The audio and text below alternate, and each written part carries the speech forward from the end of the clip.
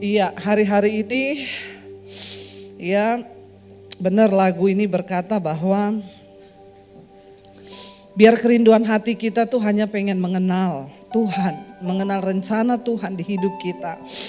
Seringkali kita nyanyi pinter saudara ya, tapi apakah pujian itu sungguh keluar dari hati kita kepada Tuhan atau kita cuma sekedar nyanyi?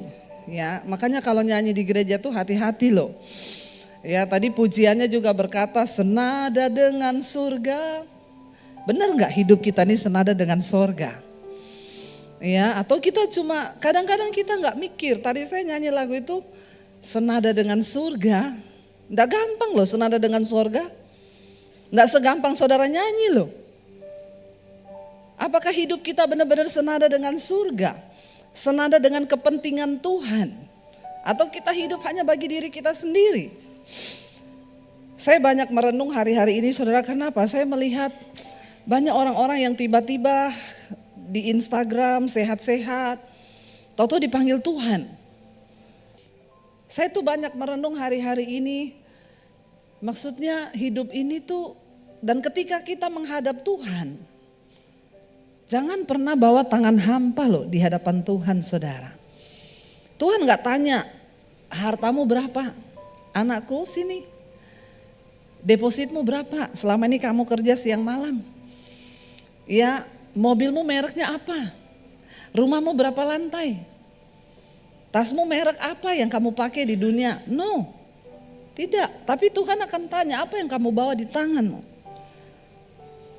Saudara, sudahkah engkau hidup bagi kepentingan Tuhan, bagi kehendak Tuhan? Ya. Kita melakukan kepentingan dan kehendak Tuhan itu enggak harus kita sekolah Alkitab dulu atau jadi pendeta dulu. No. Uang yang kau pakai buat beli tas ratusan juta itu bisa kau buat melakukan kehendak Tuhan loh. Benar enggak? Lakukan pekerjaan Tuhan. Apa kek? Menabur dalam kekekalan saudara. Jadi jangan bilang kita enggak ada apa-apa yang enggak bisa kita lakukan. Saya pengen kita hari ini baca saudara, dari Raja Hizkia kita belajar. Ketika pada waktu itu Hizkia jatuh sakit. Lalu dia dinyatakan akan mati dan tidak akan sembuh lagi. Di dalam ratapannya, mari kita buka Yesaya 38 ayat yang ke-9 saudara. Hizkia itu menulis sebuah karangan atau perenungan yang dia renungkan ketika Tuhan berkata dia akan mati.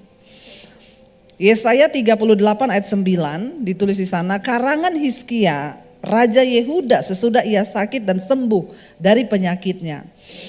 Ayat 10, aku ini berkata dalam pertengahan umurku, aku harus pergi ke pintu gerbang dunia orang mati. Aku dipanggil untuk selebihnya dari hidupku.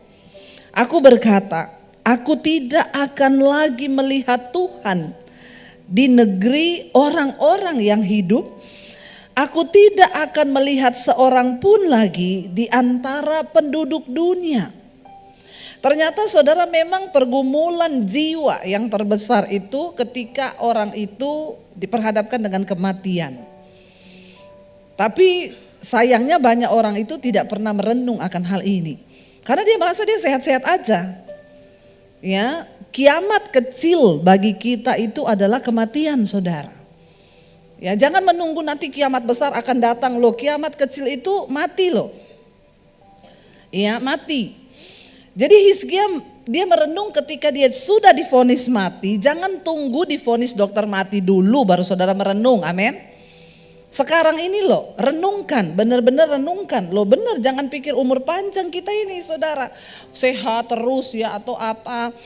Sehingga orang tuh sombong hidup tanpa Tuhan, tanpa pernah memikirkan kehendak Tuhan, tanpa pernah memikirkan rencana Tuhan atas hidupnya. Ada loh orang-orang tuh yang hidup enggak pernah mikir. Tapi saya percaya sini semuanya mikir, amin. Ya, apa yang saya lakukan bagi kehendak Tuhan? Hizkia merenung, dia bilang, selebihnya Tuhan akan ya mengambil aku dan aku akan pergi ke pintu gerbang dunia orang mati dan aku akan dipanggil untuk selebihnya dari hidupku. Tapi satu hal yang dia renungkan gini, aku tidak akan melihat Tuhan lagi di negeri orang-orang yang hidup. Ya, itu yang menjadi pergumulan bagi Hizkia, saudara, ketika dia divonis akan mati. Aku tidak lagi melihat seorang pun di antara penduduk dunia. 12, pondok kediamanku dibongkar dan dibuka seperti kemah gembala, seperti tukang tenun menggulung tenunannya. Aku mengakhiri hidupku, Tuhan memutuskan nyawaku dari benang hidup. Dari siang sampai malam Engkau membiarkan aku begitu saja. Aku berteriak minta tolong, ya, sampai pagi. Bayangkan saudara, ya. Dikatakan seperti singa demikianlah Tuhan menghancurkan segala tulang-tulangku. Dari siang sampai malam Engkau membiarkan aku begitu saja. Seperti burung layang-layang demikianlah aku menciap-ciap, suaraku redup seperti suara merpati. Mataku habis menengada ke atas. Ya Tuhan, pemerasan terjadi kepadaku, jadilah jaminan bagiku. Ayat 15 saudara. Apakah yang akan kukatakan dan kuucapkan kepada Tuhan? Bukankah Dia yang telah melakukannya? Aku sama sekali tidak dapat tidur karena pahit pedihnya perasaanku. Tidak ada yang lebih pahit dan pedih bagi seseorang ketika saudara dia itu sedang dikatakan akan mati. Saudara, kalau hari ini Tuhan bilang sama kita, minggu depan engkau akan mati. Berapa banyak yang siap? Ayo. Jangan senyum-senyum. Anggaplah ini benar, ya. Kalau Tuhan tanya loh. Ya, saya tuh kemarin juga dapat berita duka. Ada yang bilang, Bu Debi, ingat enggak Bapak ini? Yang kemarin di persekutuan doa, yang Ibu tanya, kalau Tuhan beri kesempatan hidup saudara, kalau disuruh Tuhan berdoa, saudara apa yang akan saudara doakan? Bapak itu angkat tangan saudara. Ya, dia bilang, saya Bu, saya akan meminta nomor 1 sama Tuhan, saya pengen hidup 100 tahun lagi. Terus saya tanya sama dia, Bapak kenapa mau hidup 100 tahun? Buat apa hidup 100 tahun Pak? Ya enggak, pengen aja hidup 100 tahun. Saya jawab, ya itu kan kemauan Bapak, kalau kehendak Tuhan lain. Berapa minggu kemudian saya di WA, Bu ingat gak Bapak ini? Iya, dipanggil Tuhan Bu, meninggal. Saya syok saudara. Waduh, itu kan waktu itu Ibu sempat nanya ya sama dia. Jadi kalau saya bertanya begini ya mungkin ada yang benar juga. Saya enggak menakut-nakuti saudara. Tolong renungkan ya, renungkan loh. Karena hidup ini gak ada yang tahu, benar gak ada yang tahu. Kalau Tuhan bilang minggu depan kita akan dipanggil, loh berapa banyak yang sudah siap? Berapa banyak yang belum siap? Apa yang akan kita katakan di hadapan Tuhan? Ya, Hizkia bilang, aku tertekan, pahit pedih perasaanku, aku sama sekali tidak bisa tidur. Hizkia loh ini, sekelas Hizkia loh, waktu dibilang dia mau mati, pahit pedih perasaannya dan dia tidak bisa tidur. Saya yakin juga kalau Tuhan bilang begitu, saudara pasti semua tidak bisa tidur toh? Halo, benar nggak? Ya, dia bilang begini ayat 16, ya Tuhan karena inilah hatiku mengharapkan Engkau. Tenangkanlah rohku, buatlah aku sehat, buatlah aku sembuh. Hanya Tuhan yang bisa menenangkan roh. Setelah roh itu tenang, maka jiwa juga ikut tenang dan tubuh juga akan tidur. Ya, sesungguhnya ayat 17 dia bilang begini, sesungguhnya penderitaan yang pahit menjadi keselamatan bagiku. Engkau yang mencegah jiwaku dari lubang kebinasaan, sebab Engkau telah melemparkan segala dosaku jauh dari hadapan. Saudara, yang terpenting adalah apa dalam hidup ini? Minta Tuhan lempar semua dosa kita itu jauh-jauh. Hidup dalam pertobatan. Waktu kita hidup dalam pertobatan, itu yang menjadi jaminan. Makanya Hizkia berkata, Sesungguhnya penderitaan yang pahit menjadi keselamatan bagiku. Jadi jangan nggak suka sama yang pahit-pahit, amin. Tadi malam kita makan sayur paria. Saya tawarkan semua nggak mau. Ini enak loh Bu, pahit makan loh. Enggak, pahit-pahit. Saya bilang yang pahit itu adalah mendatangkan keselamatan. Amin. Loh, sayur paria itu yang pahit baik saudara. Saudara cuma suka yang manis-manis, makanya jadi dia bad. Tapi kalau makan yang pahit-pahit itu, ya itu bagus bagi hidup kita. Ketika kita diizinkan mengalami yang pahit, saudara jangan langsung cepat-cepat ditengking dalam nama Yesus. Karena persoalan tantangan hidup, semua yang pahit Tuhan izinkan terjadi di hidup kita. Agar kita ini banyak merenung, amin. Ya, merenung. Waktu Hizkia dibilang engkau mati, dia baru tersadar, baru dia merenungkan hidupnya. Ya, dan akhirnya saudara kita lihat, Tuhan menjawab doanya. Kenapa Hizkia itu doanya dijawab oleh Tuhan, saudara? Kita lihat ayat yang di atasnya, ya. Ini kisah ketika Hizkia sakit dan disembuhkan. Kita lihat Yesaya 38 ayat yang pertama. Pada hari-hari itu Hizkia jatuh sakit dan hampir mati. Lalu datanglah Nabi Yesaya bin Amos dan berkata kepadanya, beginilah firman Tuhan, sampaikanlah pesan terakhirmu kepada keluargamu, sebab engkau akan mati, tidak akan sembuh lagi. Saya juga mau bilang sama kita hamba-hamba Tuhan, kalau doakan orang, jangan dikasih PHP terus. Kita ini jadi pendeta jangan PHP, pemberi harapan palsu. Kita sudah tahu ini orang mau dipanggil Tuhan, tapi kita ngomong, ibu pasti sembuh, bapak pasti sembuh. Berdosa loh kau, bener. Saya waktu doakan Kiki Fatmala, saya sudah lihat. Saya enggak bilang, percaya ya, pasti kau sembuh. Enggak, saya bilang apa? Hidup adalah Kristus, mati adalah keuntungan. Loh bener. Karena bagi sebagian orang ketika mereka mau mati itu pergumulan jiwa yang enggak gampang saudara. Disitulah kita kasih kekuatan. Bu, Pak percaya, walaupun kita mati ada kehidupan kekal di dalam Tuhan. Amin. Jangan PHP-in orang, itu yang bikin banyak orang kepahitan sama Tuhan. Kenapa saudara? Orang tuh waktu mau mati dia lagi pergumulan jiwa loh. Banyak orang akhirnya kepahitan di akhir hidupnya. Dia menolak Tuhan karena dia bilang, kenapa Tuhan kesembuhkan saya? Saya bilang kesembuhan itu bukan hanya secara tubuh, tapi yang terpenting kesembuhan jiwa. Amin. Karena yang naik ke atas itu bukan tubuh, tapi jiwa. Kesembuhan jiwa itu adalah kesembuhan dalam kekekalan. Amin. Ini Nabi Yesaya ini mirip saya saudara. Kebalik ya, saya yang mirip dia ya. Dia datang loh sama raja loh. Dia nggak ngomong gini, raja tenang raja. Tuhan kita dahsyat. Apalagi kalau mau ketemu raja ini, amplopnya tebel saudara. Jadi harus kasih tahu yang manis-manis toh. Tapi dia enggak. Dia ketemu raja langsung dia ngomong, sampaikan pesan terakhirmu kepada keluargamu. Kau akan mati, tidak akan sembuh. Ya, kira-kira kalau ada nabi Tuhan datang sama raja begitu, dihukum enggak saudara? Ya, Yesaya datang dengan semua resiko. Tapi dikatakan di sana, lalu Hizkia memalingkan mukanya ke arah dinding dan ia berdoa kepada Tuhan.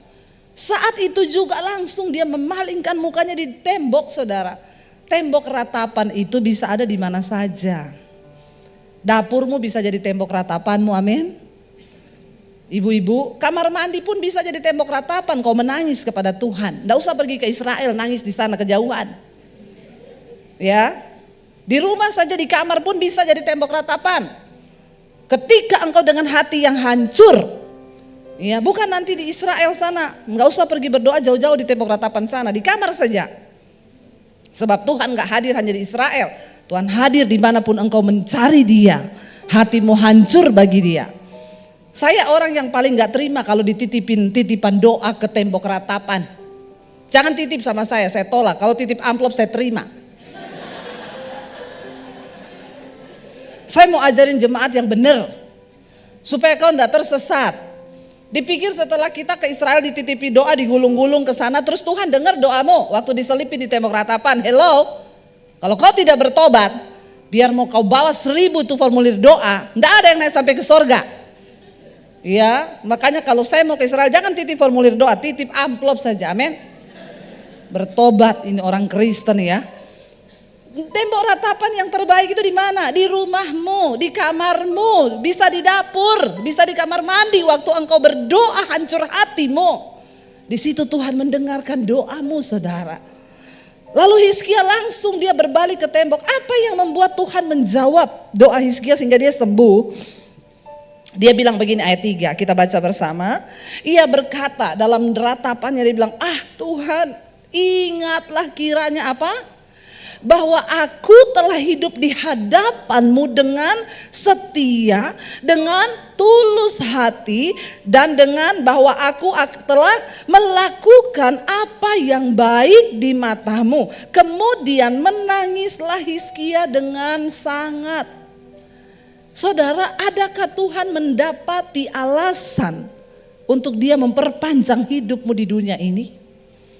Ya. Bapak-bapak, kalau engkau cuma sibuk selingkuh, bersinah, engkau nangis, Tuhan, ingatlah aku ini tukang selingkuh. Ingatlah Tuhan, aku ini hidup dengan tidak tulus hati. Langsung malaikat bilang, saya cabut sekarang nyawamu. Ya, saudara, biar Tuhan itu menemukan alasan di hidup kita. Karena kita hidup melakukan kehendak Tuhan. Hizkia adalah raja yang takut akan Tuhan. Raja-raja Israel semuanya jahat, membangun penyembahan berhala.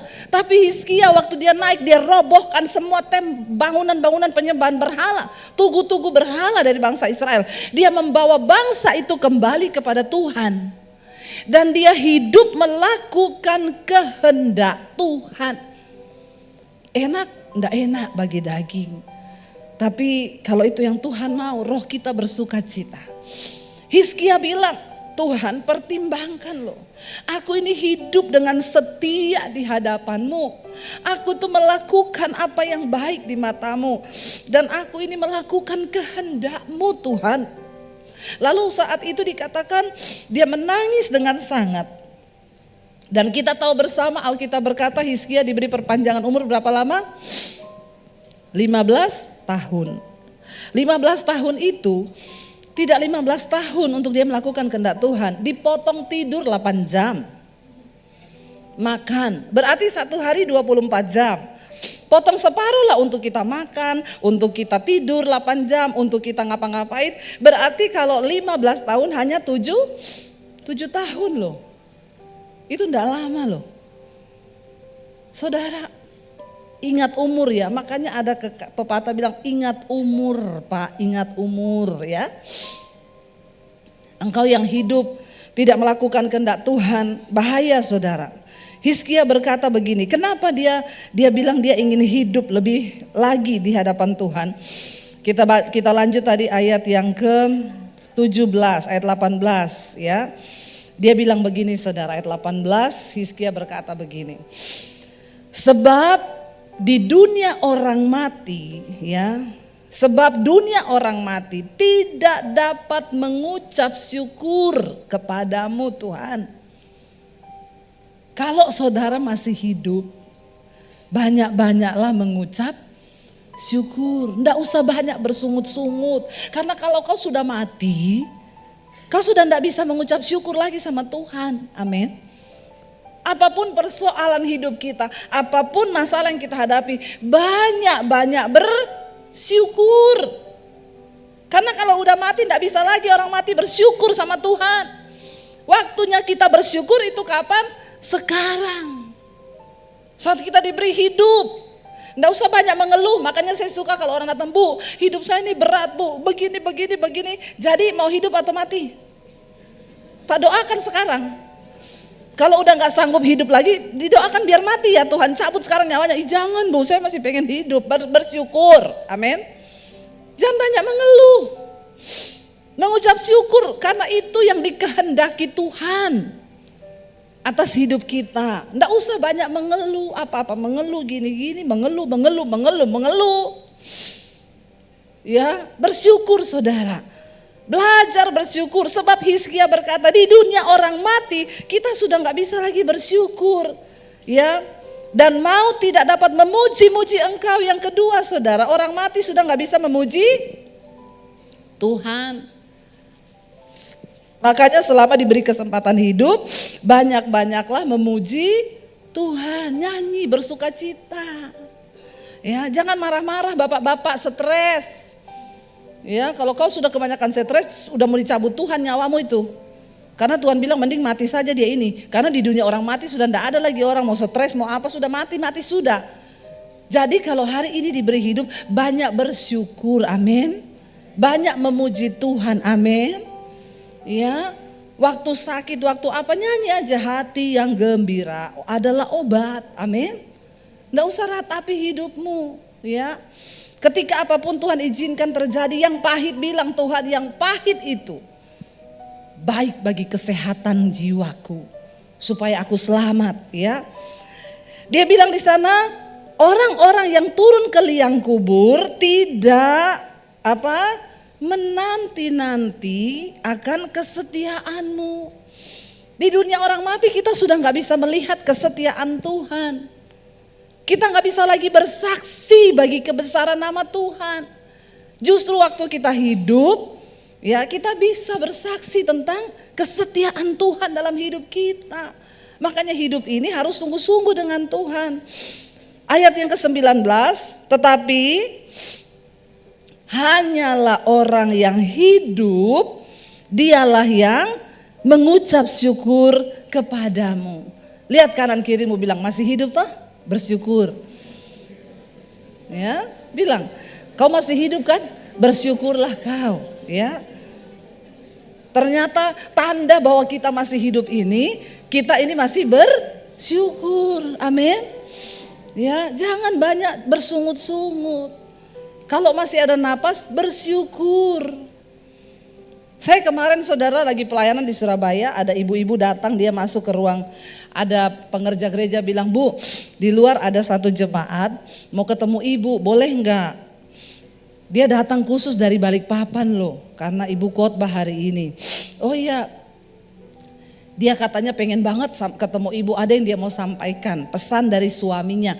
Suaminya sudah meninggal 2 bulan yang lalu. Oh ya suruh masuk. Ibu itu masuk, begitu ketemu saya dia peluk saya saudara, dia nangis saudara. Terima kasih Ibu Debbie, terima kasih Ibu, saya bersyukur sama Tuhan saya bisa ketemu Ibu. Iya, kenapa? Ibu cerita dulu, duduk dulu ya, cerita ya, baru nangis nanti ya, karena saya tidak ngerti ibu ini nangis siapa, duduk dulu.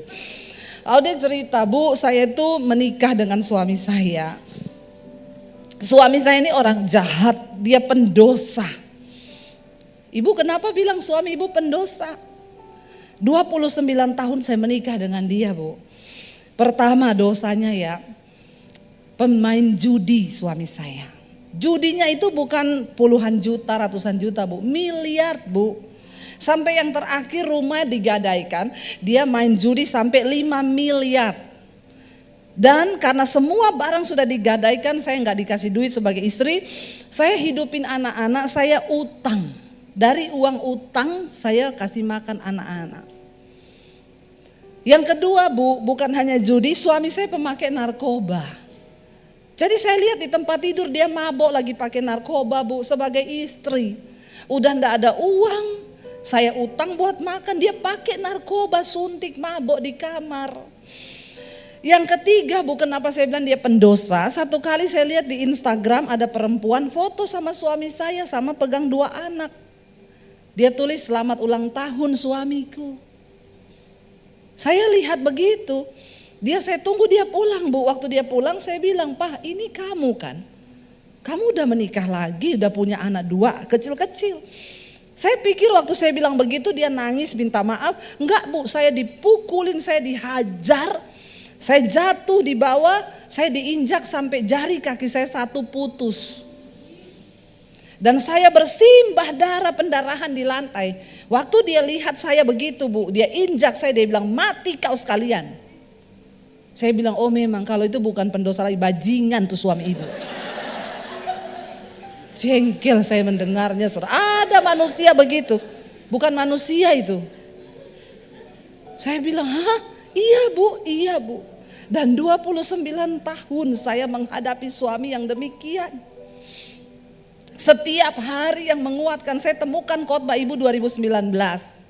Setelah pandemi itu saya terus dengerin khotbah-khotbah ibu. Setiap malam ada dia, saya putar khotbah ibu. Walaupun dia enggak seneng. Tapi satu saat Bu, saya terus berdoakan bagi suami saya. Seperti yang selalu ibu bilang, doakan suamimu. Itulah kehendak Tuhan. Jangan kau bercerai, doakan, bertahan. Saya mencoba melakukan tuh. Satu saat dia dengar khotbah ibu sendiri. Lalu Tuhan jamah dia bertobat Bu. Sejak hari itu saya bingung. Dia malah yang lebih tiap hari dengerin khotbah ibu. Satu hari tuh bisa 6-7 jam khotbah ibu semua diputer. Dia lagi kerja di hotel di mana, dia kirimin video, mah lagi denger Debbie Basir. Ya, dia mengalami perubahan hidup yang begitu luar biasa Bu. Dia bertobat sungguh-sungguh. Dia mengasihi saya, kami setiap malam berdoa. Dia dipulihkan Tuhan, dia tinggalkan semua dosa. Tapi Bu, setelah dia bertobat 1 tahun, dia tuh kepengen banget loh ngomong nanti kalau Bu Debbie khotbah di mana kita datang ya. Saya pengen ketemu Bu Debbie, saya pengen ngomong terima kasih karena lewat khotbahnya saya boleh mengalami Tuhan. Setahun dia bertobat. Tiba-tiba dokter vonis ada tumor di otak. Dan dia akhirnya dioperasi 2 bulan yang lalu Bu. Setelah operasi suami saya menghembuskan nafas yang terakhir. Ketika di ICU pun dia ngomong nanti kamu ketemu sama Ibu Debbie, kamu sampaikan terima kasih. Sampai dia meninggal Bu, dia terus dengerin khotbah-khotbah Ibu dan saya bersyukur Ibu. Makanya saya datang ke sini, saya bersyukur. Nanti saya mau foto sama Ibu, saya mau bawa foto itu ke kuburan suami saya. Agak horor sih. Ya, saya bilang Ibu, please ya, jangan ditaruh di atas kuburan ya Ibu. Jangan taruh foto saya di situ ya. Saudara tertawa ya, saya takut sih. Tapi enggak lah saudara ya, saya bercanda. Iya Ibu, iya Bu, saya bersyukur saya datang ke sini mewakili suami, saya mau berterima kasih. Bagaimana seorang pendosa bisa kembali kepada Tuhan dan dia meninggalkan semua dosanya dan di akhir hidup dia melakukan kehendak Tuhan. Saudara, kita lihat ya, buat Tuhan itu tidak ada yang mustahil. Saya mendengar begitu banyak kesaksian orang-orang yang tadinya pembunuh ya, semalam saya dengar kesaksian orang yang pernah mutilasi orang bertobat ya, dan dia sungguh-sungguh menyerahkan hidupnya kepada Tuhan, melakukan kehendak Tuhan. Saya bilang sama ibu itu, Bu, coba kalau ibu tidak melakukan kehendak Tuhan, ibu ceraikan suamimu. Tidak akan pernah ada seseorang pendosa yang kemudian bertobat. Dan Tuhan tahu batas pertobatannya sudah 1 tahun aja. Terus dipanggil. Karena kalau kelebihan mungkin bisa balik lagi. Orang begini ini setan gak suka loh kalau dia bertobat. Dan Tuhan tahu batasannya sampai di situ. Ya. Dan saya melihat saudara, bagaimana indah hidup kita ketika kita ini sungguh-sungguh mau hidup bagi kepentingan Tuhan. Mari kita sama-sama berjuang. Ingat, di dunia orang mati kita gak bisa bersyukur. Di dunia orang mati kita gak bisa lagi menceritakan kesetiaan Tuhan. Kapan waktunya kita mengalami Tuhan? Sekarang di hidup ini. Sepahit apapun yang engkau alami. Tadi Hizkia berkata, penderitaan yang pahit itu menyelamatkan jiwaku. Alami Tuhan saudara. Kita bangkit berdiri bersama.